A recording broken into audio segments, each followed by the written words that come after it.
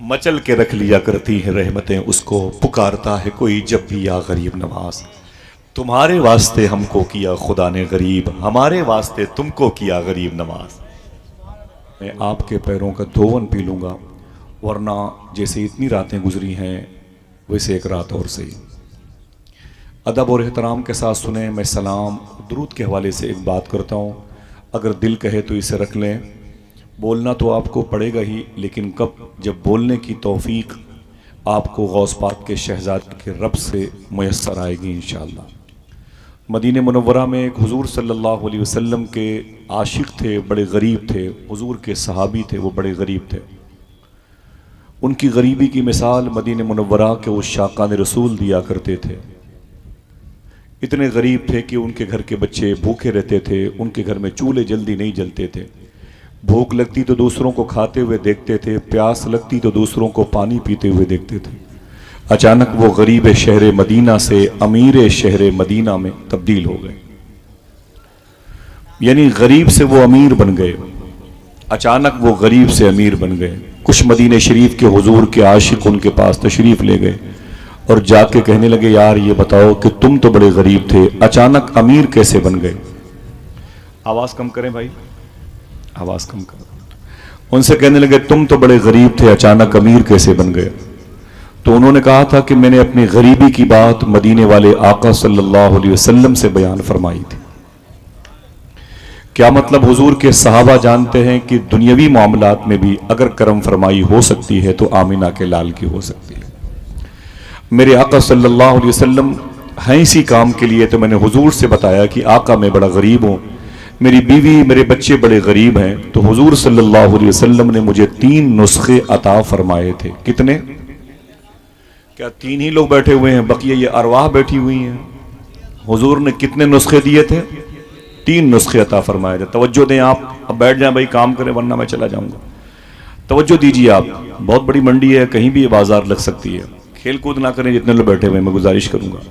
اللہ کے نبی صلی اللہ علیہ وسلم نے، وہ کہتے ہیں مجھے 3 نسخے عطا فرمائے تھے۔ میں علماء سے گزارش کروں گا، طلباء سے بھی، اور زمین پر بیٹھ کر کے چھوٹی چھوٹی بزنس کی راہ کے مسافروں سے گزارش کروں گا، اور یہ جتنے لوگ 4 پیسے کے لیے اس مبارک مجلس میں آئے ہوئے ہیں کہ کوئی نسخہ مجھے مل جائے، اسے اپنے عمل میں لائیں۔ جب سے یہ حدیث شریف میں نے سنی یا پڑھی ہے، میرا کبھی ناغہ نہیں ہوا۔ میں ابھی بھی غلام جیلانی بھائی کے گھر میں داخل ہوا تو میں نے اس حدیث شریف پر عمل کیا۔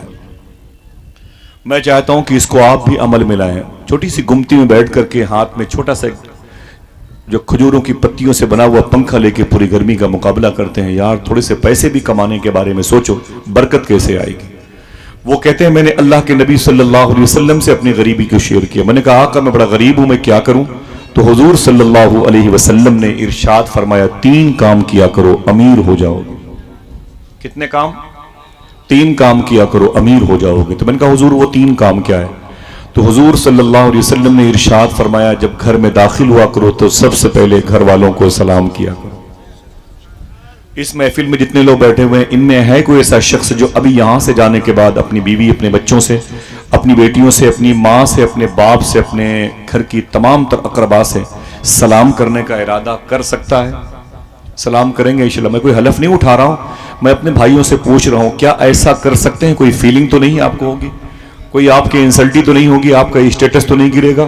کیا فرمایا حضور نے اپنے گھر میں داخل ہوا کرو تو سب سے پہلے گھر والوں کو، اور کوئی بولے گھر والوں کو سلام کیا کرو۔ ایک عاشق نے کہا حضور اگر گھر میں کوئی نہ ہو تب میں کیا کروں؟ میرے آقا فرماتے تب بھی سلام کیا کرو، اس لیے کہ میرے جس عاشق کے گھر میں کوئی نہیں رہتا ہے اس کے گھر میں میں رہتا ہوں۔ یہ کتنی بڑی بات ہے۔ آپ نے دعائیں مانگی ہیں، پتہ نہیں قبول ہوں کہ نہ ہوں۔ حضور کے پاکیزہ سنتوں پر عمل کریں، پھر دیکھیں آپ کی یہ دعا کرنے سے پہلے قبولیت کی سرحدوں پہ نظر آئے گی۔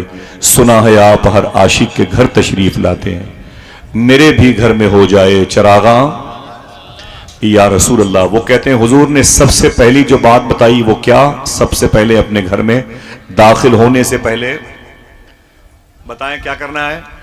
سلام کیا کرو۔ کتنی بچی اب؟ 2۔ میرے آقا فرماتے دوسرا کام یہ ہے کہ ایک مرتبہ مجھے بھی سلام کر لیا کرو۔ کاش آپ خوش ہو کے سبحان اللہ تو کہہ دیتے ہیں۔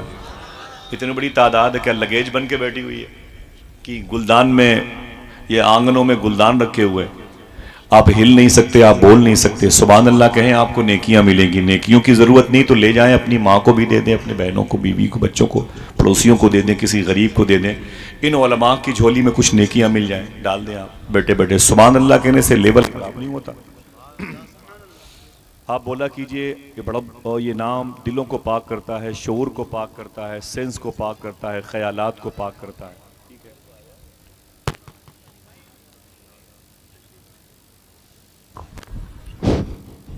میرے آقا فرماتے ہیں پہلی بات سلام کی کرو، دوسرا کام حضور نے ارشاد فرمایا کہ مجھے بھی سلام کر لیا کرو۔ حضور کو سلام کیسے کریں گے؟ الصلاۃ والسلام علیک یا رسول اللہ۔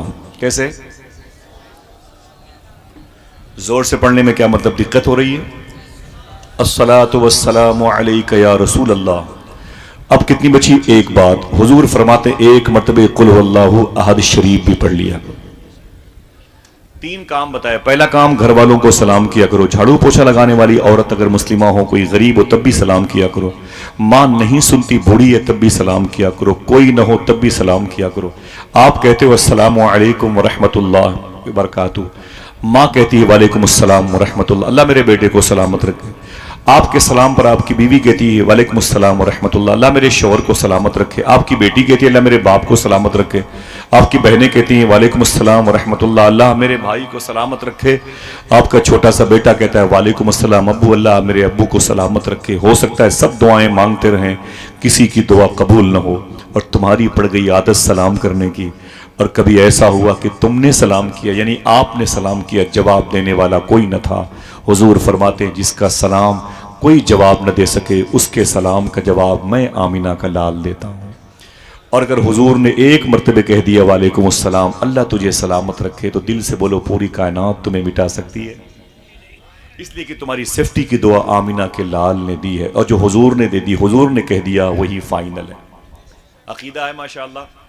اب آئیے سلام کرتے ہیں، درود پڑھتے ہیں، اس کے بعد تھوڑی سی باتیں کرتے ہیں۔ علماء کرام بیٹھے ہوئے، اللہ سب کے وجود کو اپنی بارگاہ میں قبول فرمائے، اور ان کی آنکھوں کے اعمال کو، ان کی سماعتوں کے، ان کے دستبازوں کو، ان کے قلب و جگر کو، تمام تر تنہائی کو بھی اللہ ہم سب کی تنہائی کو مسلمان بنا دے۔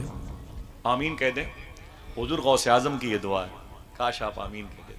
سرکار غوث پاک فرماتے ہیں یہ دعا کیا کرو، اللہ میری تنہائی کو مسلمان کر دے۔ سبحان اللہ۔ میں سلام کروں، میرے سلام کا جواب دیں، السلام علیکم ورحمۃ اللہ وبرکاتہ۔ اب آئیے درود شریف پڑھ دیں۔ درود شریف کے حوالے سے ایک بات سنیں۔ حضور سیدی الشاہ صوفی سلطان میاں شاہ صاحب قبلہ سے پوچھا گیا درود پڑھنے کا طریقہ کیا ہے؟ آپ نے ارشاد فرمایا درود پڑھنے کا وہی طریقہ ہے جو نماز پڑھنے کا ہے۔ اگر بات آپ کے دل کو چھو جائے، مجھے لگے کہ ہاں یہاں پر اہل ادب و اہل عشق بیٹھے ہوئے ہیں، وہ سبحان اللہ کہنے میں بخالت سے کام نہیں لیتے ہیں، تو میرا دل بڑا خوش ہوگا۔ ورنہ کال تو بہت ساری جاتی ہے جلسے جلوس کی، میں تو بالکل نہیں آ پاتا۔ کم سے کم 25-50 جلسوں کے بعد کبھی کسی ایک مجلس میں آتا ہوں، وہ بھی کب؟ جب کسی آستانے کے قریب وہ مجلس ہوتی ہے، بزرگوں کی بارگاہ میں حاضری کے لالچ میں، ورنہ مشکل ہے ملاقات۔ سمجھے؟ میرا مزاج نظریہ بہت ہی شائستہ خاص۔ سنیں، صوفی صاحب فرماتے ہیں درود پڑھنے کا وہی طریقہ ہے جو نماز پڑھنے کا ہے۔ علماء بیٹھے ہوئے، پوچھا گیا نماز پڑھنے کا طریقہ کیا ہے؟ تو کہتے ہیں آقا کریم نے ارشاد فرمایا ویسے ہی نماز پڑھو، یا تم خدا کو دیکھ رہے ہو یا خدا تمہیں دیکھ رہا ہے۔ صوفی صاحب فرماتے ہیں ویسے ہی درود ہے، اس طریقے سے درود پڑھو یا تم نبی کو دیکھ رہے ہو یا نبی تمہیں دیکھ رہا ہے۔ یہ حاضری کا طریقہ ہے، یہ حاضر باش ہونے والے لوگوں کی علامتیں ہیں۔ یہ طریقہ ڈسٹینس کو ختم کرتا ہے۔ یہاں سے مدینہ تقریباً 3000 کلومیٹر کے آس پاس ہوگا۔ اگر آپ نے درود پڑھ دیا تو یہ فاصلہ ختم ہو جائے گا۔ آپ عاشق ہوتے ہوتے مدینے پہنچنے لگیں گے تو کرم ہوگا تو مدینے والا کبھی تمہارے گھروں پہ قدم رنجا فرمائے۔ قدوم میمنۃ اللزوم کی برکتیں تمہارے گھروں میں حضور کی نظر آئیں گی۔ پروفیسر واصف علی واصف سے پوچھا گیا، یہ 28-30 سال پہلے کے بڑے ہی قلندر مزاج کے دانشور بزرگ گزرے ہیں پڑوسی ملک میں، ان سے پوچھا گیا درود پڑھنے کی شرط کیا ہے؟ تو پروفیسر واصف علی واصف فرماتے ہیں درود پڑھنے کی ایک شرط ہے۔ کتنی؟ اونچی بولے، ایک شرط ہے۔ کسی نے پوچھا کہ حضور وہ ایک شرط کیا ہے؟ تو واصف علی واصف فرماتے وہ ایک شرط یہ ہے کہ درود پڑھنے والا اور جس پر درود پڑھا جائے، یعنی آپ اور رسول، درود پڑھنے اور پڑھا جائے، دونوں کا زمانہ ایک ہونا چاہیے۔ اگر میں چپ ہو گیا ہوتا میں لکھنؤ کے قریب کا ہوں، اتنی دیر میں تو لوگ ہنگامہ مچا دیتے ہیں، یار کتنی بڑی بات کہہ دی اس نے۔ درود پڑھنے والا اور جس پر درود پڑھا جائے، دونوں کا زمانہ ایک ہونا چاہیے۔ اس نے کہا ہم تو 1400 سال کے بعد آئے ہیں، حضور کے زمانے میں نہیں تھے، تو اس کا مطلب ہم درود نہ پڑھیں۔ واصف علی واصف فرماتے نا نا نا نا نا، تم حضور کے زمانے میں نہیں تھے لیکن حضور تو تیرے زمانے میں ہیں۔ کہا حضور اگر میرے زمانے میں ہیں تو اس کا ثبوت کیا ہے؟ وہ کہتے ہیں چاند چمکتا ہے، یہی اس کا ثبوت ہے کہ حضور ہیں۔ سورج نکلتا ہے، یہی اس کا ثبوت ہے کہ حضور ہیں۔ حضور کائنات کی ڈلیوری کا سبب ہیں، اور یہ تمام تر کائنات حضور کائنات کی جان ہے۔ میرے بریلی کے امام نے کہا ہے جان ہے تو جہان ہے۔ ہٹ جائیں گر رسول خدا درمیان سے، لاکھوں بلائیں ٹوٹ پڑیں آسمان سے۔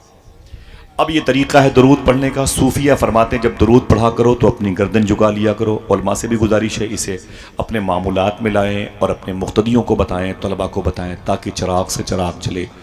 فرماتے ہیں صوفیہ اپنے سر کو، اپنے گردن کو، اپنا سینس، اپنی پلکیں، اپنے خیال کو ہلکا سا دل کی طرف، یہ بائیں طرف دل ہوتا ہے، دائیں طرف روح کا مقام ہے، جھکا کے درود پڑھا کرو۔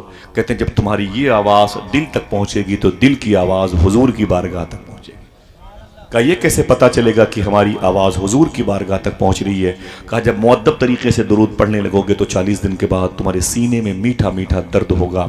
جب یہ درد ہونے لگے تو یقین کر لینا کہ تمہاری درود کی آواز سماعت مصطفیٰ تک پہنچ رہی ہے۔ ایک راز تھا جو میں نے ظاہر کر دیا، حالانکہ راز دل کا آئینہ ہے، اس کو چھپا کر رکھیے ورنہ ٹوٹ جائے گا ہر جگہ دکھانے سے۔ یہ ہر جگہ نہیں، یہ تو عاشقوں کی جگہ ہے۔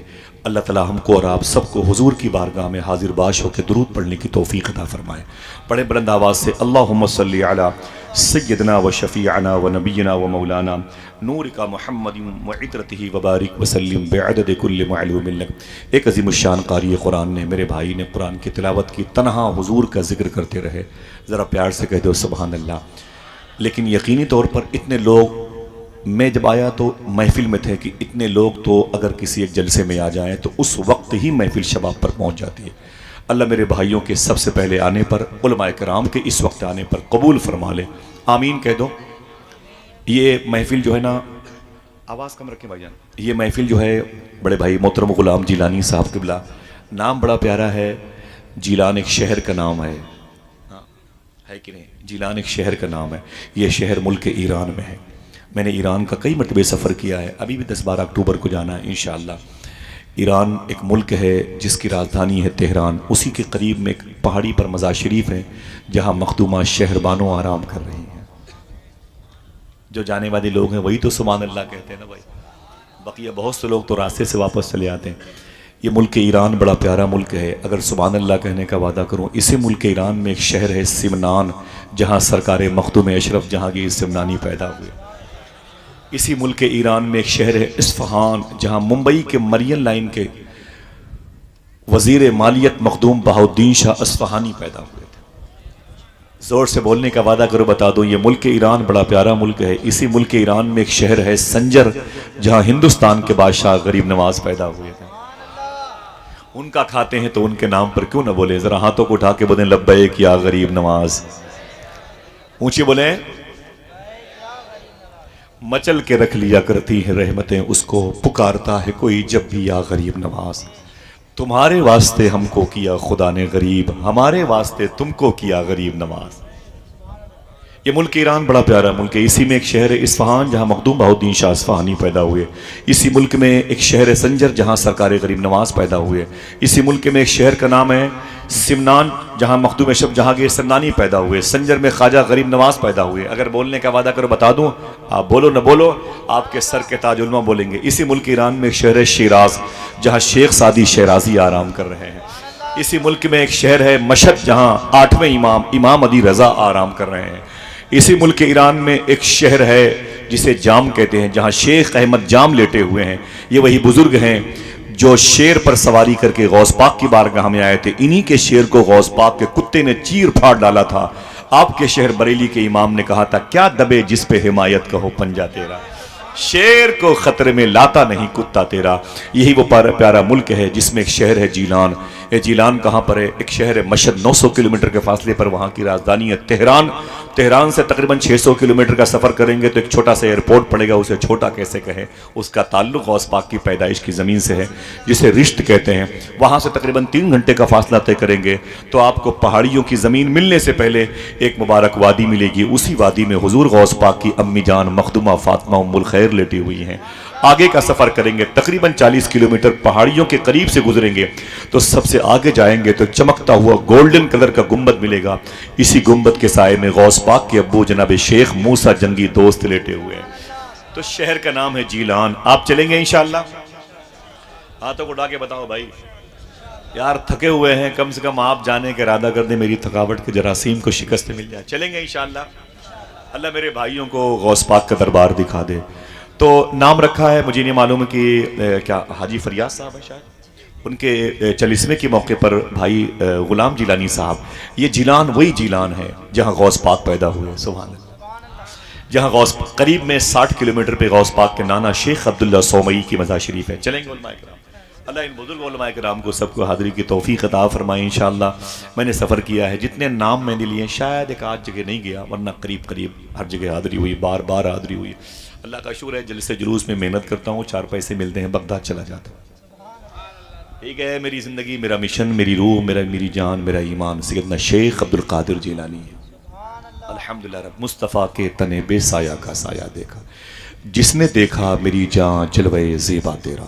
بھائی غلام جیلانی کا نام بھی اسی مناسبت سے اللہ ان کے دل میں جیلان کے شہنشاہ کی خوب محبت کوٹ کوٹ کر کے بھر دے.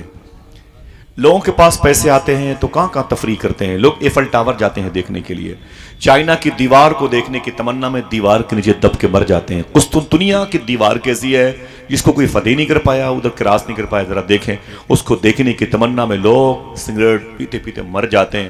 لوگوں کے پاس پیسے آتے ہیں تو کشمیر کے ڈل جھیل کے کنارے پر جاتے ہیں اور مرزا غالب کی غزلیں پڑھتے پڑھتے مر جاتے ہیں. کچھ لوگ تو تاج محل بنوانے کے چکر میں موت سے پہلے مرنا چاہتے ہیں. لیکن اللہ نے کچھ لوگوں کو دولت دی ہے، جب پیسے ان کے پاس آتے ہیں تو ان پیسوں کو حضور کی میلاد میں خرچ کرتے ہیں، حضور کے ذکر میں وہ خرچ کرتے ہیں. اللہ کے رسول صلی اللہ علیہ وسلم کی پاکیزہ بارگاہ میں خراج تحسین پیش کرتے ہیں. اللہ اس کے رسول کی بارگاہ سے ان کو ڈھیر ساری برکتیں، روحانیتیں، انعامات میسر ہوتے ہیں.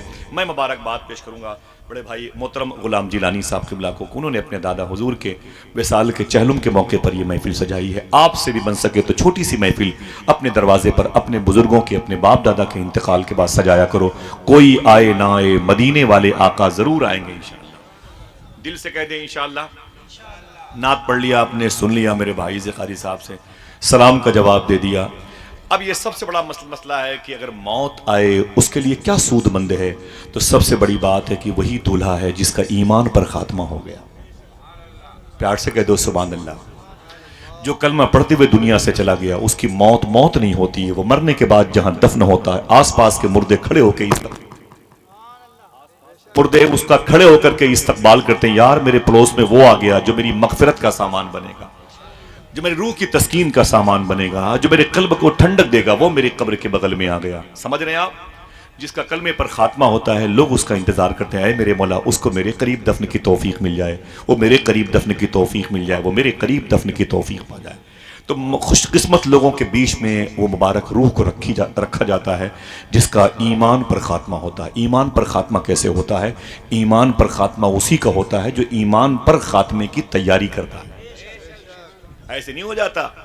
آپ کو جہاز چلانا نہیں آتا، آپ پائلٹ نہیں ہیں، آپ کہیں گے اے میرے مولا مجھے پائلٹ بنا دے. نہیں ہو سکتا جب تک آپ پائلٹ بننے کے سسٹم سے واقف نہ ہوں. 2500 سال اس میں آپ خرچ نہ کریں. آپ کہتے ہیں میں بریک لگا لوں گا. جب بریک لگانے کا طریقہ پہلے سے معلوم ہوگا تب نہ بریکر پہ بریک لگائیں گے. کلمہ پڑھتے ہوئے موت آ جائے یہ دعا مانگتے ہیں. پہلے موت ایمان پر خاتمے کی تیاری سے پہلے ایمان اس مبارک پاکیزہ راہ کے مسافر کو پڑھیں جس کا ایمان پر خاتمہ ہوا. وہ کیسا انسان تھا، اس نے اپنی لائف کیسے گزاری ہے، اس نے اپنی زندگی کیسے گزاری ہے. تب وہ کل نفس ذائقۃ الموت پر فورس دیتا ہے. میں مرا نہیں ہوں، میں نے صرف ٹیسٹ چکھا ہے، ذائقہ مجھے ملا ہے. کوئی بات نہیں، مائک آپ کا بہت اچھا ہے بھائی، میں 25 دنوں کا بھی تھکا ہوا رہوں گا تو یہ خود بولتا رہے گا. وہ اتنا کمزور ہے یہ، بالکل لکھنؤ جیسا نا، کہ ذرا سے میری حرکت پر یہ خاموش ہو جاتا ہے. بہرحال میں ابھی تو میں راضی ہوں. ٹھیک ہے بھائی، بہت اچھا. اللہ میرے بھائی کے اس کاروبار میں برکتیں عطا فرما دے، اللہ برکتیں عطا فرما دے. بیٹھے ماشاءاللہ. یہ ایمان پر خاتمہ بڑی مشکل. آج ہم کیا ہے، نمازیں چھوڑ دیتے ہیں، کہتے ہیں میرا ایمان پر خاتمہ ہو جائے. ہم جھوٹ بولتے ہیں، کہتے ہیں میرا ایمان پر خاتمہ ہو جائے. لوگ نشہ کر رہے ہیں، مسلمانوں کے بچے بچیاں مسلمانوں کی آوارہ ہو رہی ہیں. لوگ کہتے ہیں آپ دعا کریں ہمارا ایمان پر خاتمہ ہو جائے. لوگ کہتے ہیں حضرت آپ دعا کر دیں. وہ دعا کے لیے نماز کے بعد مسجد میں آتا ہے. اگر دعا ہی کروانی تھی تو پیچھے امام کے نماز بھی پڑھ